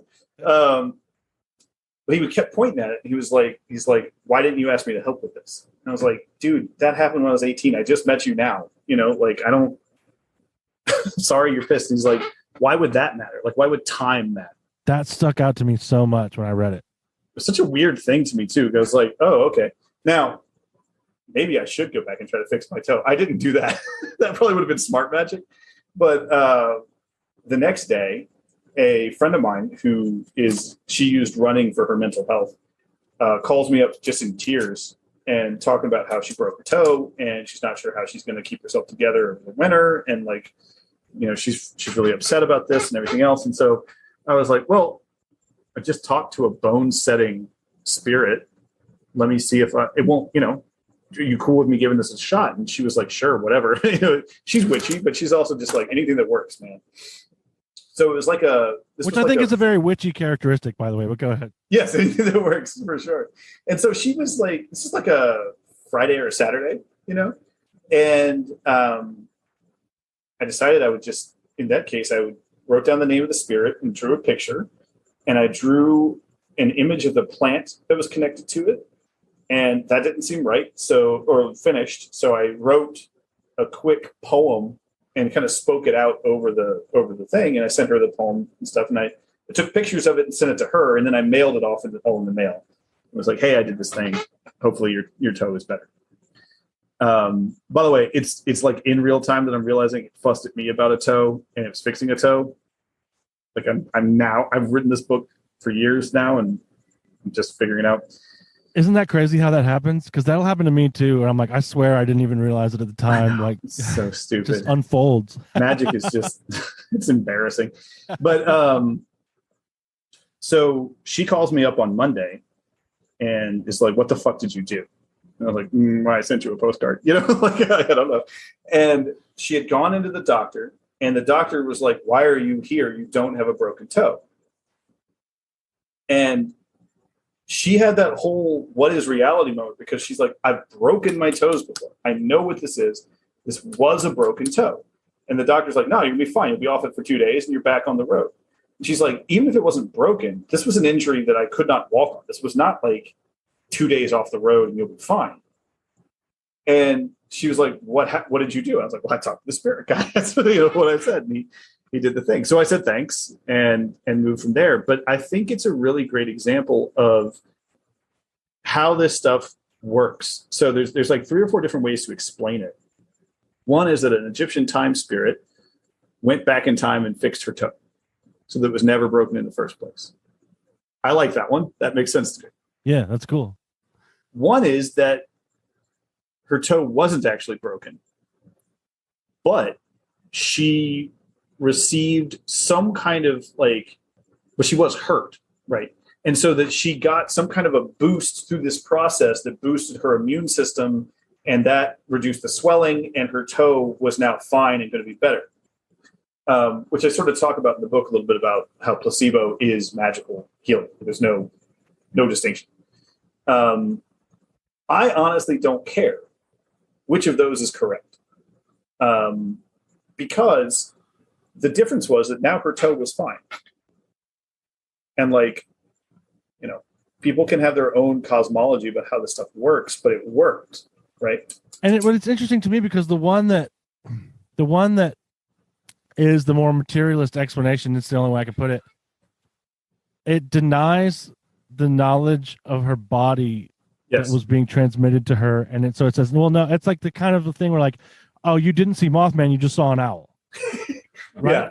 Well, and also another case too, by the way, of a guy in a white coat telling a woman that she doesn't know what happened to her body. Right. Yeah. 100%.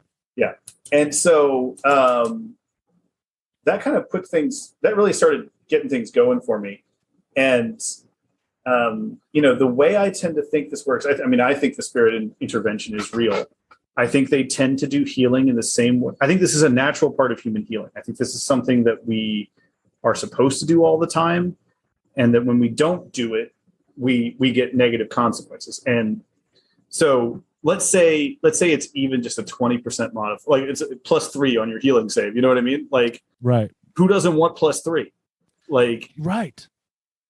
And there's give me +1 even. Yeah, I know, man. Right. And there's such great research right now on placebo that, for anybody who does kindly decide to check out the book, there's a long ass introduction where I go into medical research. I think I loved it, especially in this moment, because I think obviously like the the way that we approach this is wrong, and we can see it all around us right now without me having to go into too many details. Well, and I personally believe that the body is a spectrum between the energetic body and the physical, what we call the physical body. I don't think there's a division. And, listen, I'm a Tai Chi teacher. The Tai Chi tradition I'm in says the exact same thing. It's, that's 400 years of teaching where they say the same thing. There's all kinds of Chinese medicine that talks about this. Like, it's really an aberration for Western medicine. And it's an aberration inside Western medicine to say that this stuff doesn't matter. It's an aberration inside science, I would say, too, right? Yes. So my son's mom is a neuroscientist, which meant that for years I had the pleasure of hanging out at bars with neuroscientists and annoying neuroscientists, which is, cool, like a real joy. If you haven't had the pleasure, it's a lot of fun. But when I was doing this research, I was out and I was I was just excited to share it. And I was like, hey, they're doing crazy stuff with placebo right now, including affecting the immune system. And this other professor who I was talking to was like, no, that doesn't happen. And I was like, well, you can argue with me, the poet, about it, but I will happily send you the 10 papers from top scientific journals that I'm citing in this thing. That's on your side of the fence. It's not on my side. This is people doing amazing research about this. And if you want to tell me that the paper in Nature that said this isn't it, like, you need to question your whole system, right? Which you should be doing, because this is an update. That is the practice of the scientific method. It's right, questioning exactly. your own system. And believe it or not, she never really replied to that email. I don't think people enjoy getting 10 papers that prove them wrong all at once. Right. Right. Yeah, certainly not. No, but I mean, we're talking about experts, right? Like, experts, really and placebo being treated seriously enough now that there's a professional doctoral organization in Germany that's really considering, like, the nocebo effect as malpractice. So the words a doctor says to you are a curse if said wrong. Right. So are we liable as doctors? It's a legal question. Are we liable? Right. Like, if you have shitty bedside manner, I would argue that that's like a huge part of being a doctor, right? It is. And that's what they're arguing, is that, like, if you're not doing, and frankly, if you're not doing the magical healing part of doctoring, you are not giving full care. And, like, listen, man, that's not me, the crazy Tai Chi poet magician. That's serious doctors in Germany saying we aren't doing magical healing the right way. I'm glad that's happening. I am too. Are you hopeful about the currents that are moving there? Like, I know that's kind of a loaded question, but no. Yeah. I think the problem there is not scientists and doctors getting better at this, and by the way, if people don't know, a sort of, like, it's not a companion to my book in any way. That's not what I mean when I say this. But another book that really digs deep into this kind of stuff is Ivy at Circle Thrice, her Cancer Grimoire, which I believe is still available for free on her site. If it isn't, it'd be worth paying for. But, like, she goes into this as well, that we don't have a full-on system of traditional healing in the way that the Greeks had, And the problem is that placebo doesn't sell. And, until we get past a for-profit model of healthcare, I don't think this is going to, by and large, be a large part of people's experience. Yeah, I mean, it's already happened, so it even goes without saying, but there has to be some pretty catastrophic things go down, I feel like, in order for that to come around. And, like, I think it's happening, but I think it's happening. It's like you can integrate something with resistance, or you can integrate something with grace. And we are currently integrating it with resistance. I agree. I hope this does happen. I actually would think it would be great. And I think there's a lot of doctors who do real healing. My family has benefited intensely from Western doctors who were doing. That's my little dog. Hey, what's up? Come here, buddy. Just wants to talk. Yeah. always. I think my family has benefited intensely from Western doctors who have a open-minded and positive view of how health works. So, I don't think it's either or. I think it's a yes and, and until they're doing it, I think those of us who understand this and have seen it in our lives should be doing whatever we can to help. And, so the book is my attempt to do that. Yeah. Very cool. I also think that this is just based on things that I've been told by spirits. Yeah. But that there are really hopeful thing about this is that there are healing modalities that haven't been around for a long time that are kind of like being rediscovered and coming back into the world. And I really enjoyed looking at your book through that lens, because that description you gave of the Asclepion in Pergamum is like, that sounds like, to me, that's more advanced than what we have. It's one of the things I really want to go to great lengths to make people aware of is that we are still on a spectrum from classical medicine. That, like, those guys were literally, my favorite story in the whole thing is Galen. Come here, hold on. I'm right here. You forgot where I was. Come here. He's old. Sometimes forgets where people are. Come on. Oh, that's cool. He wants that attention. I understand. Yeah, he's just mad that he was worried I had left it. Yeah. But it's Galen, and how Galen got his job as the chief surgeon for the gladiators of Pergamum was he cut open a monkey. It was like, you guys want to put the bowels back in this monkey? And everybody's like, Jesus, dude, that's not how you do job interviews. And he's like, oh, I can do it. No big deal. He stitched the monkey back up. The monkey's fine. Hardcore. Yeah. It's a real proof of concept kind of theory, but they're doing that. They identified the different parts of the eye. They're doing identification of different parts of the nervous system and the brain. And then they have a whole big ethical discussion about whether vivisection is okay. And so that kind of slows things down, because after a little while, they're like, the body is sacred. We shouldn't be cutting it up to find stuff out. But it's a contemporary discussion, right?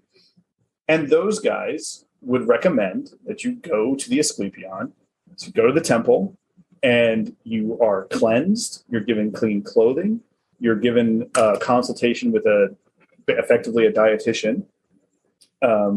You're given an interview with a doctor who is also probably the priest, but certainly a physical doctor who will offer you plant-based medicinal cures.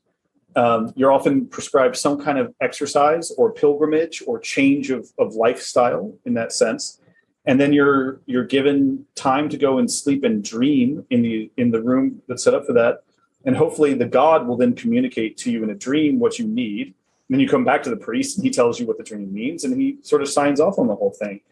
And you start to realize that we do all of that now, except for the dream piece and the magical piece of, because at that point the priest would be like, oh, the god says you need to hold this stone and enchant these lines, right? And it's very easy to, people get snarky about humoral theory, and they get snarky about all this kind of stuff. And they think because they have an MRI machine that they're smarter than the past. It's like, no, Galen could have done some pretty hot shit with an MRI. It's just a technological change, but it's based on the same sort of stuff. One of the things that freaked me out researching this was that, my son has some really strong asthma issues, and particularly did in the past. He's gotten a lot better, and actually, to my opinion, due in large part to a bunch of magical work that was done. And I'm very grateful to some healing spirits, including St. Guinevere, about that particular situation. But the medicine that we make now for asthma is derived from the same plants they would prescribe for asthma in the 2nd century BC. And you're like, oh, we've improved delivery systems. It's more shelf stable, but it's the same plant and the same derivative. And so, this pretense, we're not smarter than them. We just got industrial changes. Well, and I think that, and this is just me saying this, I don't know, but there seems to be a connection between taking out that spirit aspect and that magical aspect. There seems to be a correlation between the removal of that and the subsequent weaponization. So it's not just like, okay, we're using more potent extracts of these plants, but they have in a way become, and this just like weaponized. Sure. Right. Yeah. Because everything, if everything is a nail, like if you have a hammer, everything's a nail. Right. Right. And that's another thing that I really like enjoyed reading in the book, is talking about how a disease is something to be in relation to and learned from. It is its own quest. Yeah. In a way, right? It's not like something to go pew pew pew at. Right. And I'm drawing very heavily on Munya Andrews in that section, and that sort of her book on dreaming and dream time and that kind of stuff. And I'm sort of sitting with that idea a lot. But I think it's something that's beyond one culture. I think it's something humans have as a sort of base mode. Man, it's really interesting because I related to it a lot while I was reading it, because it was only like about a week ago where I like fell into this kind of, I almost want to call it a funk, but it felt like I was sick. And like, I don't know, like it felt like I had a flu bug or something. Yeah. But there weren't that many flu-like symptoms, and I was just like achy and I couldn't move. Right. And so all I could really do was lay there and then like sleep. And I had some like very vivid dreams where I was doing doing very specific magical practices. And then while I was awake, I repeated watching Gordon White's Angel Course at runesoup.com. And so in my dreams, I was going around this is crazy, because the fact that we connected about your book, and I didn't know anything about it until you sent me the promotional copy and I'm reading it. Right. In the dreams that I dreamt while I was in that stupor, I was going around the Zodiac summoning every creature of the Zodiac. So then I watched the Angel Course, and now I'm doing the Angel Walk, which is another thing where it's awesome. Yep. Sign up and check it out. I've just started, but it's already cool. I'm really into automatic writing, so it's like a good that stuff super changed my brain. Yeah. It's really good. I know what you mean though. Like, you start to realize that there's multiple layers of spirit contact happening when you get sick. And, again, this kind of goes back to the exorcism thing too, because you could take a sort of hippie-ish approach here of like, well, you just have to accept whatever disease comes your way. Yeah. And right. Even from what I just said. Yeah. But it's like, no, get this spirit out of me. I don't want to feel like shit anymore. And like, sometimes it's a case where you encounter, whether it's the spirit of the communication from a virus, or it's the communication from a spirit that uses a virus as a communicative method, or who knows? Sometimes I think trying to lock down exactly how this works just makes you crazy. Right. Absolutely. Well, sometimes I think and I almost felt like this way. So the timing is just really strange, because I'm also working the 12 steps again. And I just did. So I'm working on, the personal inventory portion, which is basically like you make a list of, and the part that I'm on is making a list of fears. It's an inventory of fears. And so I'm kind of in that headspace, and I almost felt like this was almost like an immune reaction in response to fear. Right. Because it felt almost like, just like, you could just kind of feel it, right? Like, did I do this to myself? Right? Like, right. Is this a part of my healing process? Is this, right. And it does get murky, but what I sort of come down with in the end is the same kind of standard for spiritual relations and exorcism, and when it's appropriate to do that, and all this different kind of stuff too, is like, I have a right as a spirit incarnate in this place to thrive and flourish. And no one has a right to take that from me. And provided that I am, in best as my ability, living in right relations with the spirits and beings around me, then I don't. There's no justification in removing me from that system until it's my time. Right. And I also, I have had loved ones who suffered from pain and sickness, and I don't think that all of that was benign. I don't, and I know that some people will take the point of view that we learn from everything, and it's what's been given to us by our fate and everything else. But I am a magician, and I think that regulating what fate gives us is part of the job. And hell yeah, making our own fate. Exactly. And so, sure, maybe there's some ancestral stuff that comes up with, Lindsay has talked about this a lot, ancestral stuff with autoimmune. And so cool, my job to jump in and try to do the ancestral work. Awesome. That doesn't mean we have to accept pain as natural, or intrinsic. And there are some spirits that come in, I'm sorry, if the spirit of cholera has entered me, I'm going to try to get that shit out.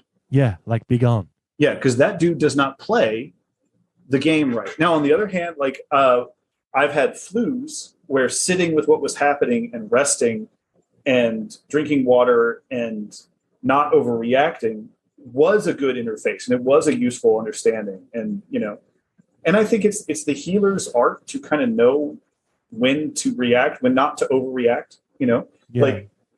Or when to respond as opposed to reacting, maybe. 100%. Now you're triggering my Tai Chi teacher. He's speaking to me, right? You are speaking him. You have channeled him into this place. He's kicking my ass through your thing there. He's like, you know this. But yeah, so part of this, you asked about fears, and I will say earnestly and honestly that fear of my child suffering was a big part of this. If you sit by a bedside as a magician, and you see a sick child, you're gonna throw whatever you can at it, and you should. You know what I mean? Yeah. Again, it's worth understanding this is a communication, but just like anybody else coming into your sphere, if it's not creating a positive outcome, it needs to be dealt with. Yeah, there can be inappropriate communication, like that guy putting his arms around that woman at the monastery, right? Yeah, the moment he put his arm where she could not get out, he had officially crossed the line of acceptable. Of it being okay. Yeah. Yeah. And I think that is how I try to think with illness and sickness in this time. I have used the method in the book for myself for things. That's something I wouldn't put it out there without having used it for other people and for me.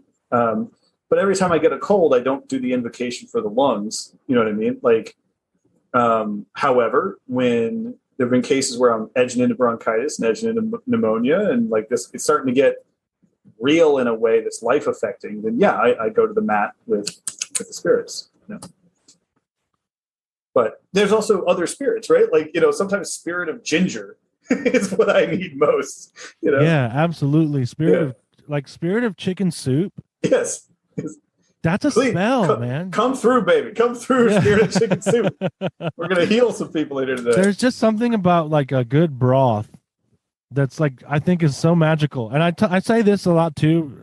I think pizza is a grounding spell. A nearly universal comfort food in some kind or another. Bread, cheese, meat. Dude, I had this experience driving across the country, and I was driving across the country with my business partner when I went out to Arizona, as I was talking about before. Yeah. We were in separate cars, and we're going through this section of Nebraska. And if you've ever driven through Nebraska, it can be very repetitive. I lived in Illinois for a while, so okay, yeah, so I feel you. Yeah, so it's just grids, and we're using GPS, and so we were we got separated at night in these farmlands where it was so dark that I started to have a loss of gestalt as to which direction I was going, up and down. I felt like I was on a mountainside going down. Yep. When really it was just the angle that my lights were hitting outside. It's hard to describe, but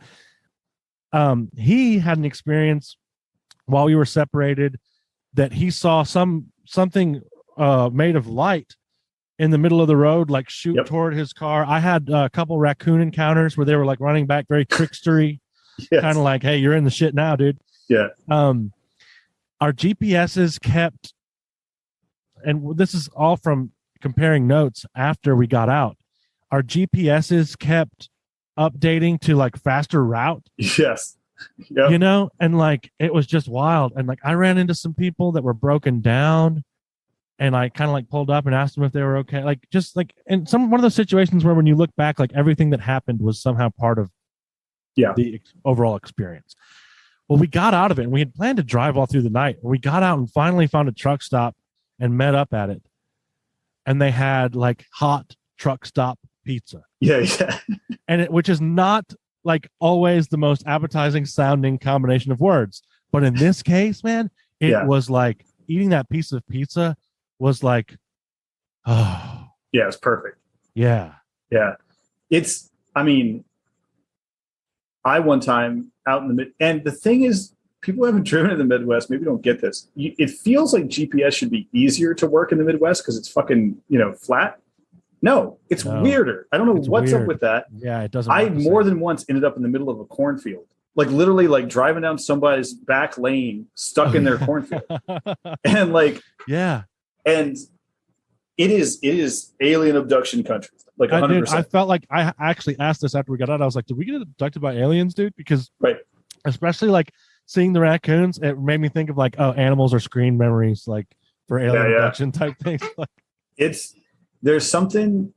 I've had similar kind of experiences too, driving those roads where the whole, like, people will hear you say you can't tell if you're going down a mountain or not on a flat road at night, but it's 100%. I've had the exact same thing where I was like, I swear I've been going uphill for an hour and I know there's nothing. And your mind starts to populate the darkness. Yeah. With thing. Oh man. And my case on that is like, you're entering these light trance states. And so you're open to seeing what is actually out there. Again, it's a case of like the filter's gone, right?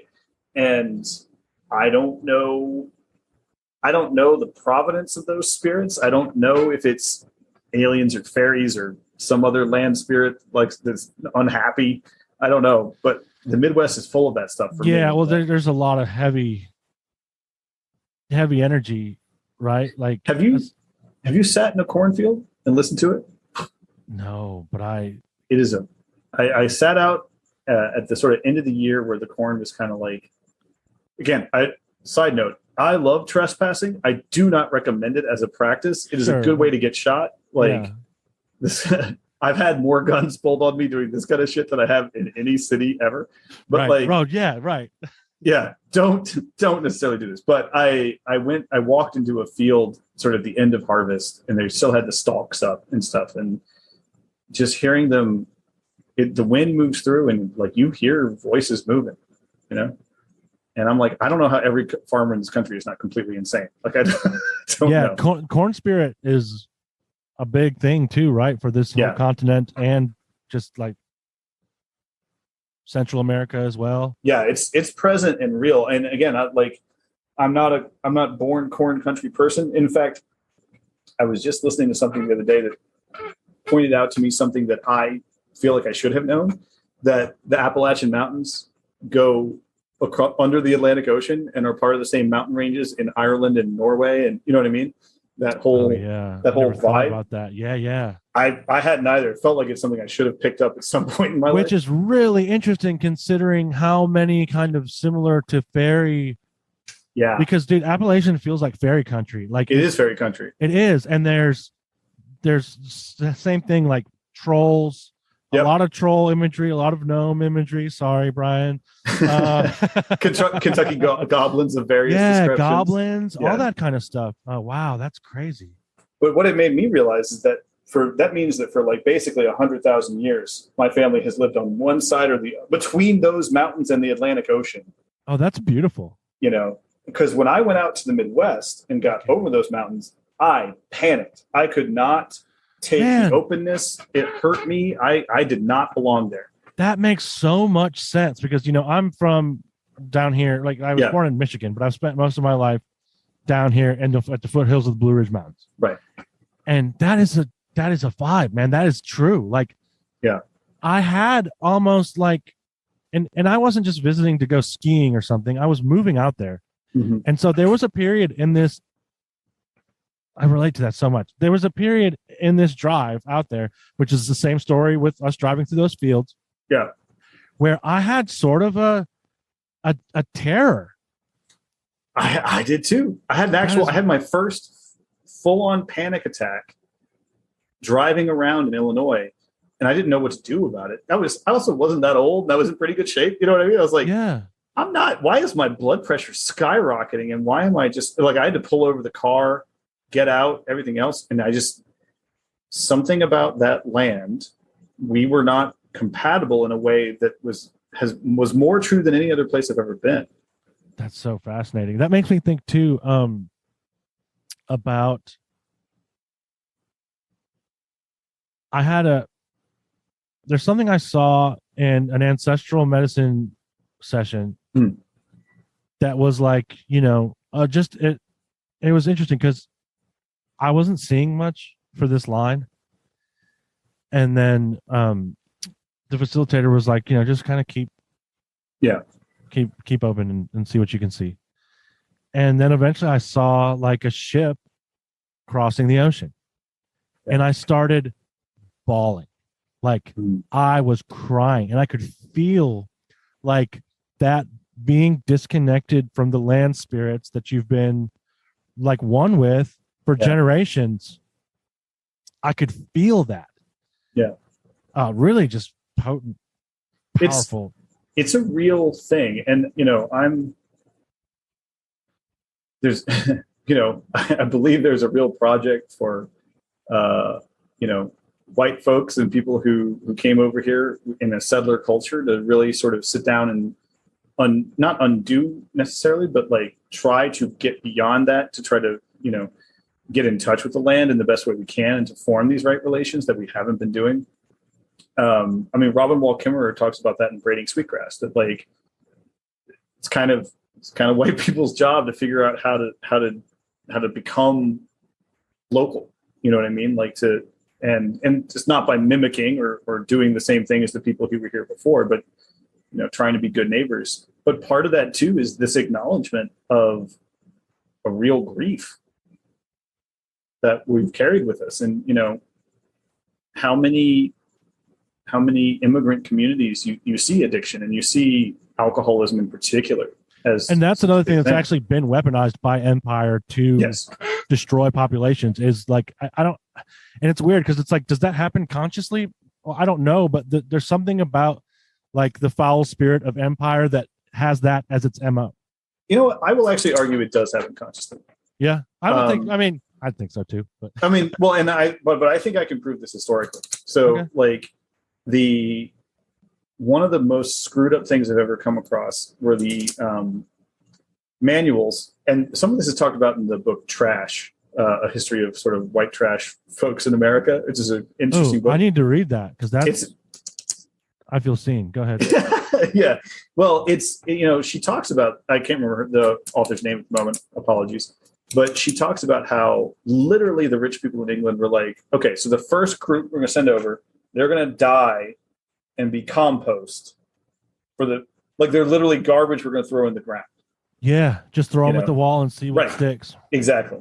And then from there, you start to see these sort of manuals that are written by slave owners to use, how do you properly organize your overseer so that they will do your horrible mission? You know what I mean? And it's the whole thing of like, it's stuff literally laid out like, don't invite them to Christmas because you don't want them thinking they're a part of your household, but do make sure they get something special for Christmas and a Christmas gift, and that you're shown going to their house to offer them something. This thing, it's a literal manual for how to divide races and how to set stuff up and everything else. If you then look at like people actively importing whiskey into Boston and different Irish communities here to mess them up there, not to mention the fucking crack epidemic. Yeah, totally. And well, the alcohol with the the indigenous people of the Americas too. Yeah. Same story. And then, the same thing again of like literally shipping crack into black communities in LA to make drug money for the CIA, that's not even like a conspiracy anymore. That's just fact. That's straight up true. Well, I think fentanyl is an act of warfare too. Yes. Yeah. I mean, anyone that doesn't think that can go read about the opium wars and have their head exploded from that. Like 100%. There's a reason that shit isn't taught in school. Right. There is a reason, and, one of the things that got me, speaking of the South for a second on this stuff too, is, and why a lot of religion in the South is so weird and devastating, is that, I talk about this sometimes. Again, another piece of actual history that came out when they declassified a bunch of stuff, but they don't, no one wants to talk about it. But like the fundamentalist movement in the South there was always churches around, but like the whole Jerry Falwell, everybody suddenly springing to prominence thing, it comes out of nowhere in the 70s, right? And it's just like, where what's going on? There's actual Saudi princes donating money to Jerry Falwell's to Liberty University and the churches and other stuff in order to promote his mission. You're like, what? Like, why would that ever be a thing that a Saudi prince would ever want to do? Well, the truth is, if you look at fundamentalism, it's largely designed to take the spirit out of a religion, create people who agree to authority without question, and who feel like death doesn't matter. In other words, it's soldier creating. Make good soldiers. Yeah. Wow. Soldier creating religion. And not even onward Christian soldiers. 100%. Right. Wow. And Calvinism, by the way, was used much the same way. Presbyterianism was used the same way with the Scottish by the British Empire. Yeah. Predestination. I am fated to not die. Why do I care? I'll wear my crazy kilt and my giant bear hat in India and run at you with a fucking sword. Like that's, and so you start to see that like, oh, of course it is consciously created as a tool of empire. And that's why it feels wrong. Like, and that's why, it's certainly why they got to get Mary out of there, Yeah, that makes a lot of sense. Because if you're talking to mom, she's not going to be like, go ahead, go kill my other children. That influence is totally removed. And that I would argue that the Catholic Church, which has also obviously participated in this, has a remarkably uncomfortable relationship with Mary once you start digging into it. And, tried to ban the rosary forever. And I think, again, it's so funny because like the first thing Tertullian complains about when he's talking about Christians is he's like, oh, they're always talking about the dude's mom all the time. Like, what kind of religion is where you talk about some guy's mom all the time? And it's that's my impression of classical Roman authors.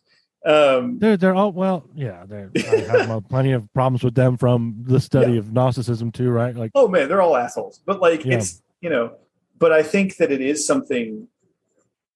When I would wager that the misogynistic, patriarchal elements inside the Catholic Church have consistently been the part that's also pushing the Crusades and pushing that. Right. Well, yeah, and then it's like the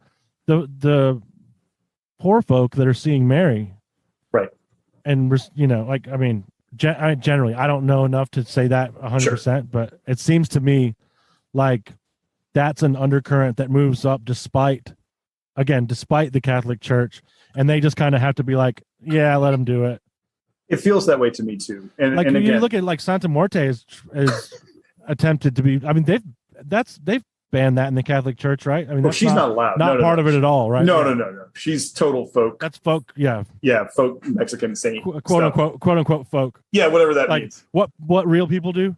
Yeah, exactly. I got a funny Santa Muerte story actually for you, which is that like she and I don't work. All respect to Santa Muerte. Anyone who's a devotee, respect. It's all good. But I had a buddy call me up. He's like, and he's a devotee. He's like, hey, do you not have a deal with Santa Muerte? Is there like a thing? I was like, yeah. I mean, every time I've talked to her in any kind of situation, she's just been like, not my vibe, dude. You're not one of mine. And I'm like, cool, it's fine. He's like, yeah. Because I was talking to her about you, and I wanted, like, he was concerned about me for something. He's like, and I wanted to, like, bring you in front of her and be like, hey, can you look out for my buddy Brian? And she literally was like, I don't fuck with that dude. That's not one of mine. I love it. He was like, what? And so he was like, is that a thing? Apparently.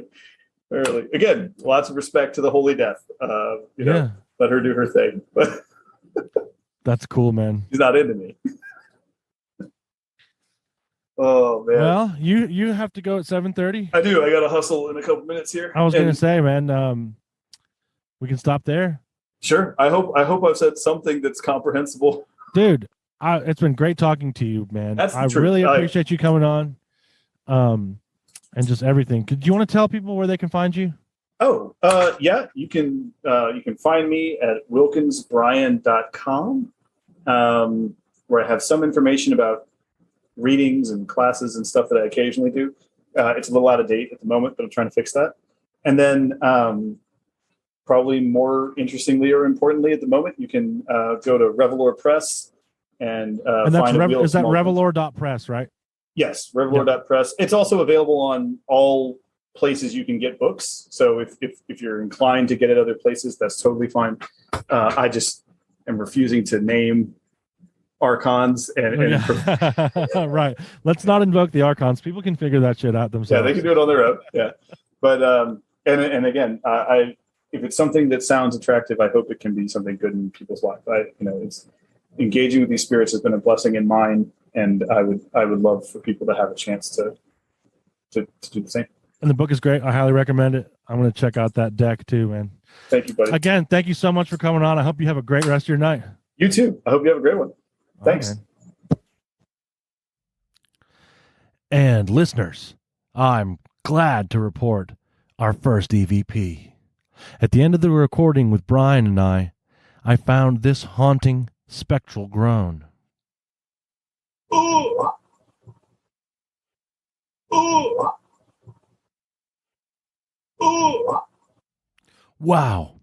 Ghost or a piece of a techno beat? I'll let you decide. Do you experience weird shit? Are you an explorer to the farthest reaches of experience? Do you wade out into the sea to meet the eldritch horrors that lurk below, unsatisfied to stay dry and complacent on the sands of ignorance? More importantly, does everyone else make you feel a little bit crazy for your experience? Well, I hope by now you know that this is the place for you. I'd love to hear your story. So drop me a line at timjsailor@gmail.com and I'll have you on the show. Or if you're shy, send me your story and I'll read it myself. But know this, you are never alone. I believe you.